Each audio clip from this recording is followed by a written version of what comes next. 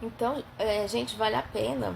Vocês jogam no Google, e daí coloca lá, né? Ilha do filme ou manicômio que a Nelly Bly ficou, alguma coisa assim, uma referência. E daí vocês veem as imagens. Lógico, do antes e do depois, entendeu? Vale muito a pena, sabe? Aí coloca-se na parte de imagens. Aí vocês vão ver a imagem do manicômio, como que ele era enorme, enorme. E depois, quando ele foi demolido, né? Tudo isso por quê? Porque a Nelly Bly teve essa coragem de lutar, de dar voz, de dar coragem. Ela teve isso, de ter essa liberdade de falar. Porque se ela fosse entrar lá como uma pessoa normal, ela não entrava. Se ela fosse entrar lá como uma... Ah, sou uma jornalista, vim fazer uma matéria. Jamais ela entraria. Lá só entrava político, entendeu? Eram políticos, médicos, barões, entendeu? E era tudo assim, sigilo total. Né? Então, o que a Nelly Bly fez, gente, foi muito mais do que uma grande reportagem. Foi um ato de coragem dela, né? E de empatia, de justiça, de amor pelas pessoas que lá estavam, né? Porque a grande maioria era injustiçada, sabe? Era descartável para a sociedade, era um lixo. E até hoje a gente vive isso, né, na saúde mental.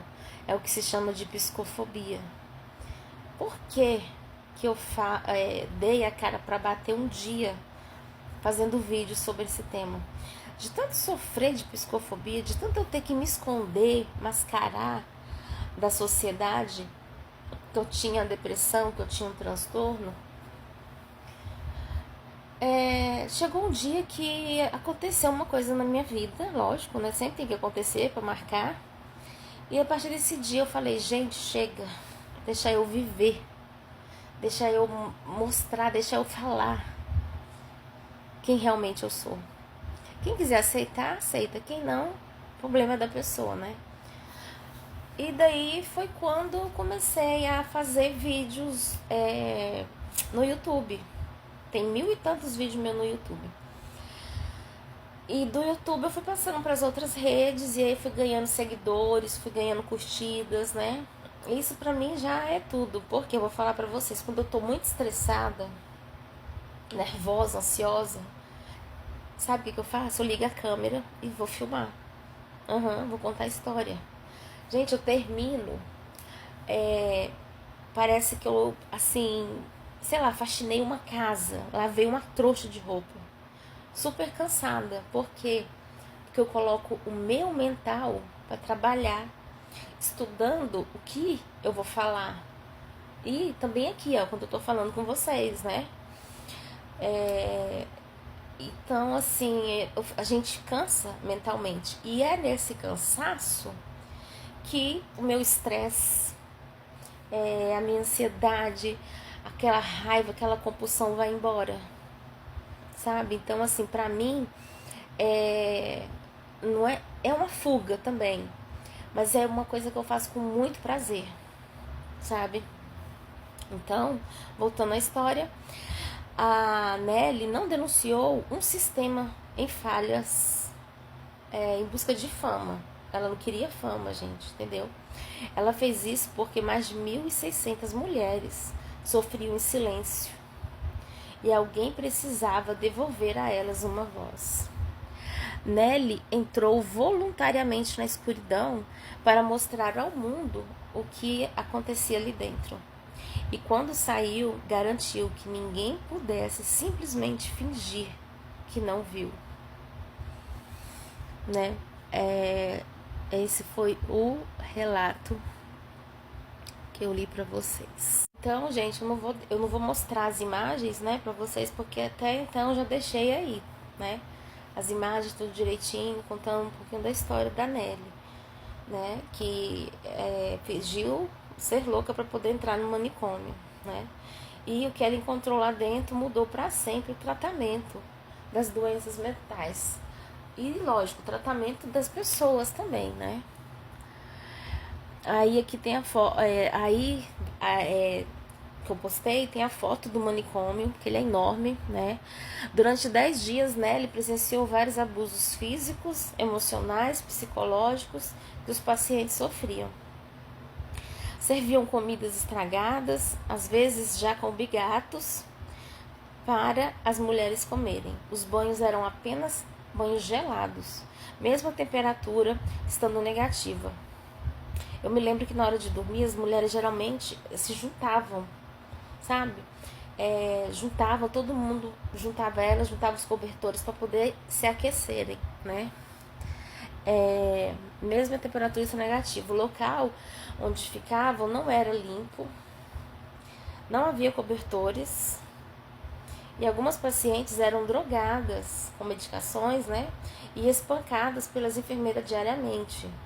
Então, tinha muitas pacientes, aquelas, né, que davam mais trabalho, elas eram drogadas para não dar mais trabalho. Então, assim, o nome do filme hoje, o filme que deu a história real, né, do filme, da história. Então, a história real que deu origem ao filme se vocês não assistiram, assistam, porque vale a pena. Chama-se Fuga do Hospício, entendeu? É a história de Nellie Bly. Já eu, quando assisti o filme, era 10 dias no hospício, né? Segundo Nellie, a maioria dos pacientes não sofriam de nenhuma doença mental. Muitas vinham de famílias pobres ou eram imigrantes, né? Como eu falei, sem o conhecimento da língua inglesa.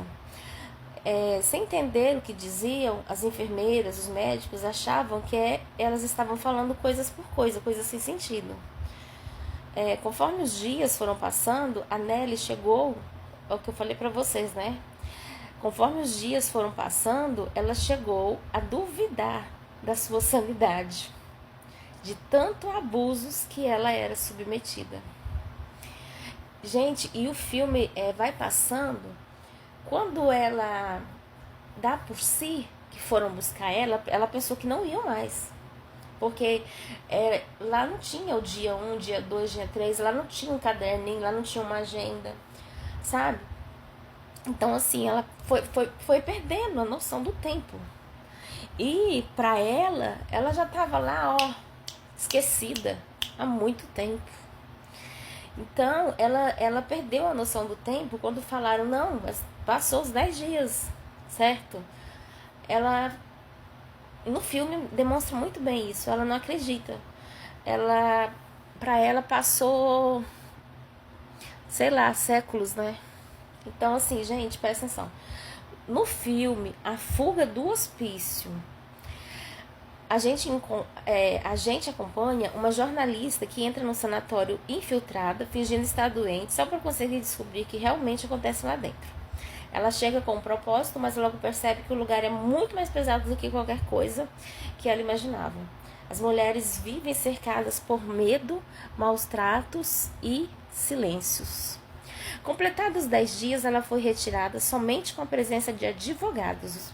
Em outubro de 1887, Nellie começou sua série de reportagens sobre as condições do hospício e sobre saúde mental, com todas as denúncias e a comoção da população.